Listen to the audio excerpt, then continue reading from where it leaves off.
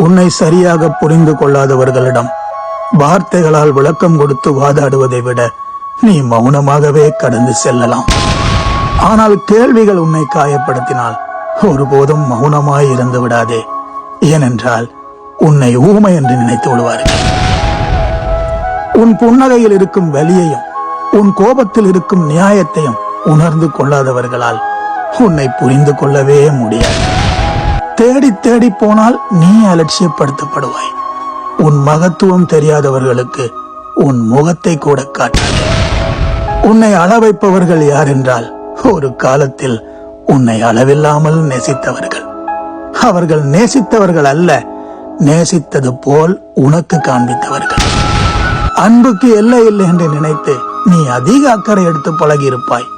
ஆனால் இதற்கு மேல் உனக்கு உரிமை இல்லை என்பதை அவர்கள் பல சந்தர்ப்ப சூழ்நிலைகளில் உனக்கு வெளிப்படுத்தி இருப்பார்கள்.